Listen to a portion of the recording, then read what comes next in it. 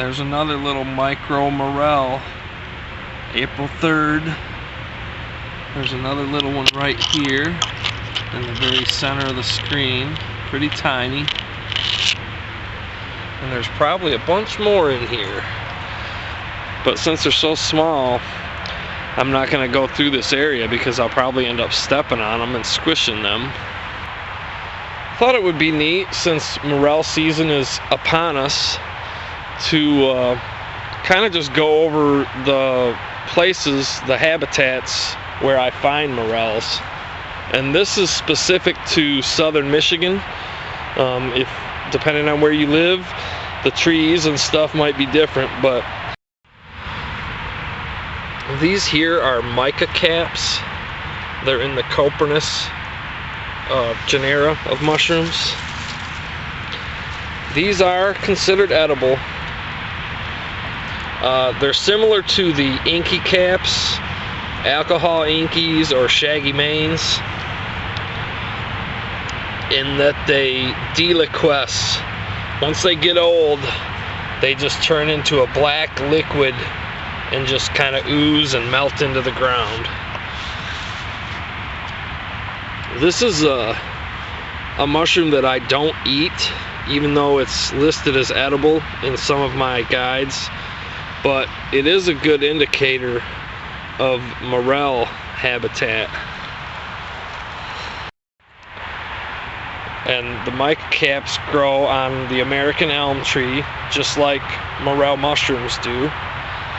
And they come up typically just before the morel mushrooms, and they will even be fruiting along with the morel mushrooms. I was out a week ago and I found some of these mica caps growing on an old elm stump. So even though I hadn't been out looking for morels, I had a good feeling that they were going to be fruiting within about a week. And sure enough, I found some small morels today, a week later. But that's what they look like. They grow in small clusters, and they will be a good indicator species for a good morel mushroom habitat.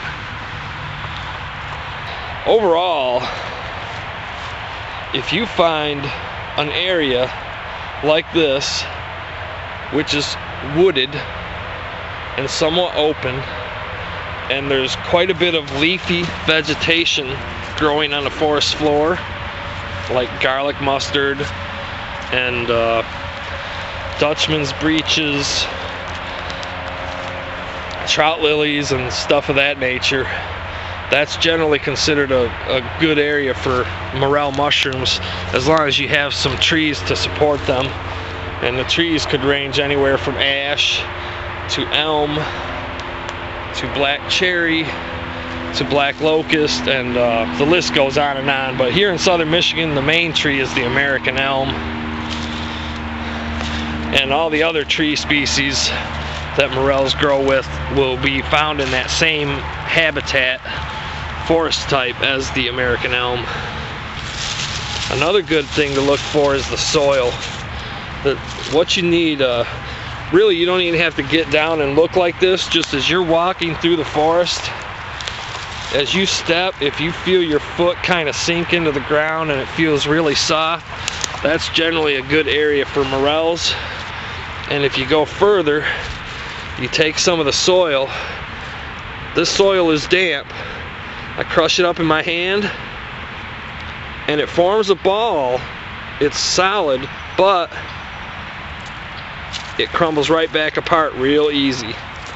And that's because that's what they call a sandy loam. It has a lot of sand in it, plus it's a really rich dirt. There's a lot of nutrients in there, and there's a lot of sand, which provides good drainage, which the mushrooms need to grow. And that's what you want to look for. A lot of times you'll even find small little seashells in here, and I believe what that's considered is diatomaceous earth. That's something you can buy in the store. It's small seashells but they grow in with this, and those seashells are calcium, which is alkaline, and that also helps the soil, because it seems like morel mushrooms especially, they tend to like a little bit of alkalinity, whether that be from cement or from seashells or whatever they can find it from. It seems to help support their growth. And I believe that's about it. You know, when you're looking for morels and you're a beginner and you're in southern Michigan, the target tree you want to find is the American elm. And then you also want to look for the soil type. You want a nice sandy loam that will pack together when you squish it in your hand, but will also crumble apart real easy, even when it's wet. And if you have this sparse vegetation kind of covering the floor of the forest here and there, and especially if you have some mossy areas, that really helps. That lets you know that it's an area that retains some moisture, and mushrooms need moisture to grow. So that's pretty much it. That is the morel habitat for southern Michigan. And like I said, if you live somewhere else, then you'll just have to search around. Up north, the morels tend to associate with ash trees and also big tooth aspen. Other places they may associate with hickories or something, but that's just something you need to figure out for your specific area, because when it comes to morel mushrooms, each area is completely different. So you really need some local help to find the morels in your specific area. You know, they fruit at different times, they grow in slightly different areas, and they are hosted by different trees.